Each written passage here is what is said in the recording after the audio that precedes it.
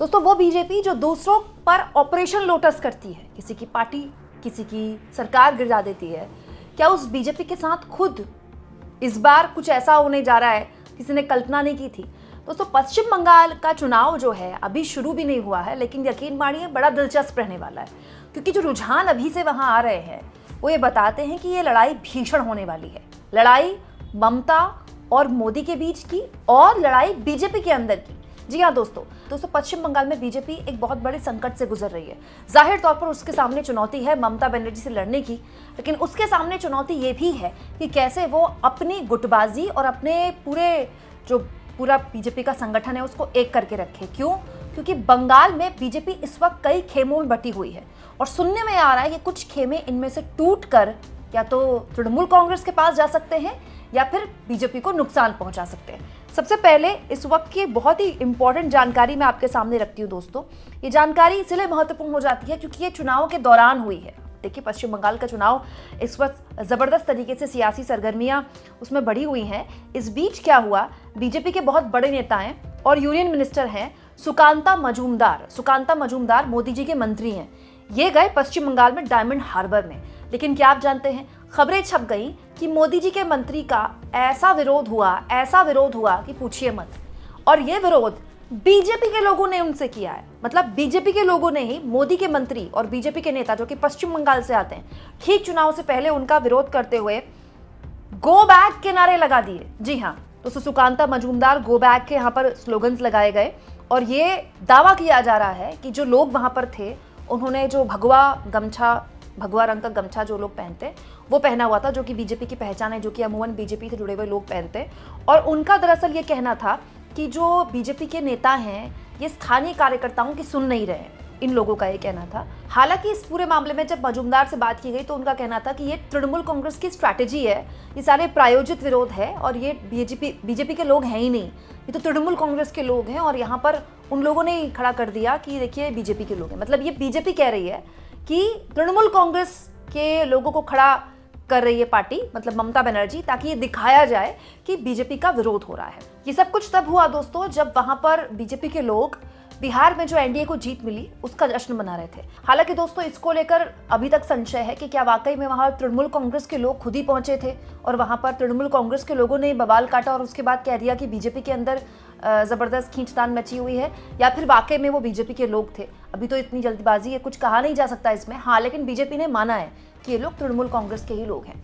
लेकिन अगर आपको केवल ये मामला एक लगता है तो ऐसा नहीं है दोस्तों। अभी कुछ महीने पहले एक और बड़ा मशहूर किस्सा या फिर ये कह ले कि फोटो सोशल मीडिया में वायरल हुई थी, जब बीजेपी के बड़े नेता दिलीप घोष ममता बनर्जी से मुलाकात करने चले गए।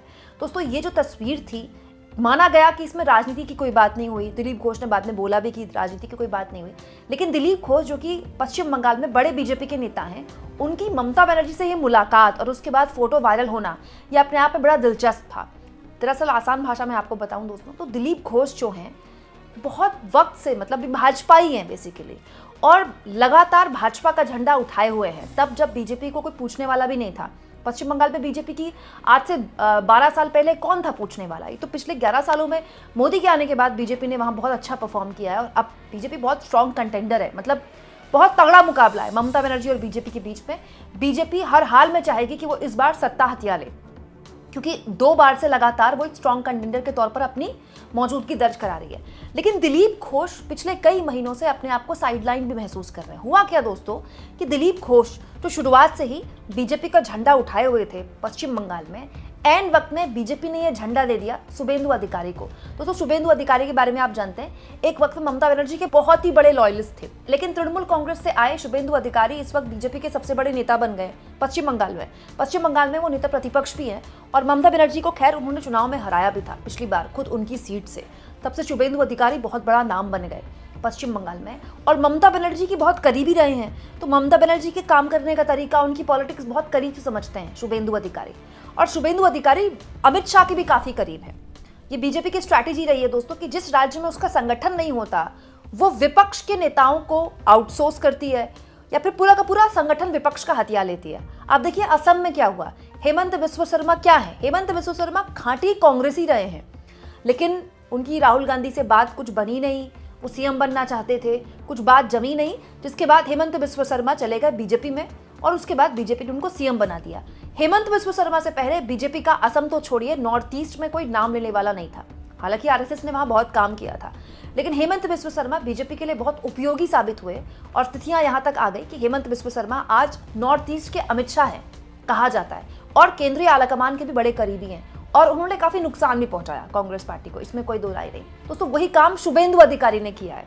शुभेंदु अधिकारी ने जब तृणमूल कांग्रेस छोड़कर बीजेपी का दामन थामा तो काफी नेताओं को बीजेपी में शामिल कराया और अपना एक ऑरा स्थापित कर दिया है बीजेपी में। लेकिन अब बीजेपी इसी संकट से गुजर रही है। हो क्या रहा है, पश्चिम बंगाल में बीजेपी कई खेमों में बटी हुई है। जैसे एक खेमा है दोस्तों समीक लॉबी, एक खेमे को बोलते हैं समीक लॉबी, मतलब प्रदेश बीजेपी के अध्यक्ष जो हैं समीक भट्टाचार्य। दूसरा खेमा है दिलीप घोष, जो कि खांटी भाजपाई हैं, पुराने भाजपाई हैं, लेकिन उनको साइडलाइन कर दिया गया है। अब उनसे कोई बात नहीं करता, उनसे कोई पूछता नहीं, उनकी कोई इतनी पूछ नहीं है। दिलीप घोष जो कि अभी कुछ महीने पहले ममता बनर्जी से मिले भी हैं, उनके बारे में चर्चाएं उड़नी शुरू हो गई कि दिलीप घोष जो है वो तृणमूल कांग्रेस में शामिल हो सकते हैं। फिलहाल तो ऐसा नहीं है, उन्होंने खैर बात भी पुरानी हो गई, मई के महीने की बात है। लेकिन एक खेमा है जो पुराने भाजपाइयों का है, वो है दिलीप घोष का खेमा। अब दोस्तों एक खेमा बोलने लगे हैं लोग सुकांता मजूमदार का भी है। ये सुकांता मजूमदार जिनका विरोध, कथित तौर पर विरोध हुआ, तृणमूल कांग्रेस से दावा करती है कि उनका भाजपाइयों ने विरोध किया और भाजपा कहती है कि तृणमूल कांग्रेस के ही लोग थे, प्रायोजित विरोध था। तो ये जो सुकांता मजूमदार है ये मोदी जी के मंत्री हैं, इनकी भी एक लॉबी बन गई है। तो बेसिकली आप कह सकते हैं पश्चिम बंगाल में बीजेपी बड़े लेवल पर एक तरह से आप कह सकते हैं खेमेबाजी झेल रही है। हालांकि खेमेबाजी हर जगह होती है, हर पार्टी में होती है, क्योंकि सबको सीएम बनना है, सबको सत्ता चाहिए, ठीक है। विपक्ष में भी अगर रहना है तो विपक्ष में भी सबसे बड़ा नेता हमको बनना है, हमको नेता विपक्ष बनना है। तो ये कोई ऐसा नहीं है कि इसी पार्टी में हो रहा है। लेकिन हाँ, तृणमूल कांग्रेस के लिए एक बात बोली जाती है दोस्तों कि ममता बनर्जी न केवल बीजेपी को बीजेपी की तरह जवाब देती है, बल्कि पिछली बार के विधानसभा चुनाव में मुझे याद है जब ममता बनर्जी चुनाव जीती थी, इनफैक्ट लोकसभा चुनाव के बाद भी वो लोग जो तृणमूल कांग्रेस को छोड़कर बीजेपी में शामिल हुए थे कार्यकर्ता लेवल के, उन्होंने अपना सर मुंडवाया था। सर मुंडवाकर वो तृणमूल कांग्रेस के दफ्तर के बाहर खड़े हो गए थे और उसके बाद उन्होंने माफी मांगी थी कि हमसे गलती हो गई, हम बीजेपी में शामिल हो गए। ये ममता बनर्जी का स्टाइल ऑफ पॉलिटिक्स रहा है। पूर्व में कई बीजेपी नेताओं को उन्होंने तृणमूल कांग्रेस ज्वाइन करवाई है, क्योंकि ये वो इसलिए करती है ताकि वो दिखा पाए कि वो पार्टी जो दूसरों को तोड़ती है मैं उनको तोड़ देती हूँ। जैसे बाबुल सुप्रियो को बाकायदा मंत्री बनाया गया। बाबुल सुप्रियो को तोड़कर तृणमूल कांग्रेस ममता बनर्जी ने न केवल अपनी पार्टी में शामिल कराया बल्कि उनको सांसद बना दिया। लेकिन दोस्तों बाबुल सुप्रियो को बीजेपी से तोड़ लिया ममता बनर्जी ने और उनको तृणमूल कांग्रेस में शामिल करा लिया। कीर्ति आजाद भाजपा ही रह चुके हैं, लेकिन कीर्ति आजाद भी तृणमूल कांग्रेस के नेता हैं। दोस्तों बीजेपी के बड़े खास नेता रहे हैं। हालांकि जब मोदी एरा शुरू हुआ बीजेपी का तो शत्रुघ्न सिन्हा उन लोगों में से थे जिनके लिए कहा जाता था कि ये आडवाणी गुट के हैं, ये बहुत मोदी के समर्थक नहीं रहे हैं। शत्रुघ्न सिन्हा को भी तृणमूल कांग्रेस ज्वाइन करवा दी और सांसद बना दिया। किसने? ममता बनर्जी ने। तो ये काइंड ऑफ परसेप्शन की राजनीति है दोस्तों जो ममता बनर्जी चलती रहती है, ये दिखाने के लिए कि ये जो ऑपरेशन लोटस है केवल आप ही नहीं कर सकते, कई बार आपके साथ भी ऑपरेशन कोई और कर सकता है। हालांकि चुनाव के पहले देखिएगा आप इधर उधर खूब होगा। तृणमूल कांग्रेस के जो बगावती नेता हैं, जो सेटिस्फाइड नहीं हैं, जिनको कुछ मिला नहीं, वो बीजेपी जाएंगे। जो बीजेपी के बड़े नेता हैं जो सेटिस्फाइड नहीं है वो तृणमूल कांग्रेस में जाएंगे। लेकिन अभी जो स्थितियां हैं वो ये बताती हैं कि ममता बनर्जी भी कई मोर्चों पर लड़ रही हैं। वो चुनाव आयोग से भी लड़ रही हैं, वो बीजेपी से भी लड़ रही हैं, वो पूरे नैरेटिव से भी लड़ रही हैं जो बिहार के बाद खड़ा हुआ है। तो वैसे ही कई मोर्चों पर बीजेपी भी लड़ रही है। आपको क्या लगता है कमेंट बॉक्स में जरूर लिखें और जितना हो सके चैनल को शेयर भी करें दोस्तों और सब्सक्राइब भी।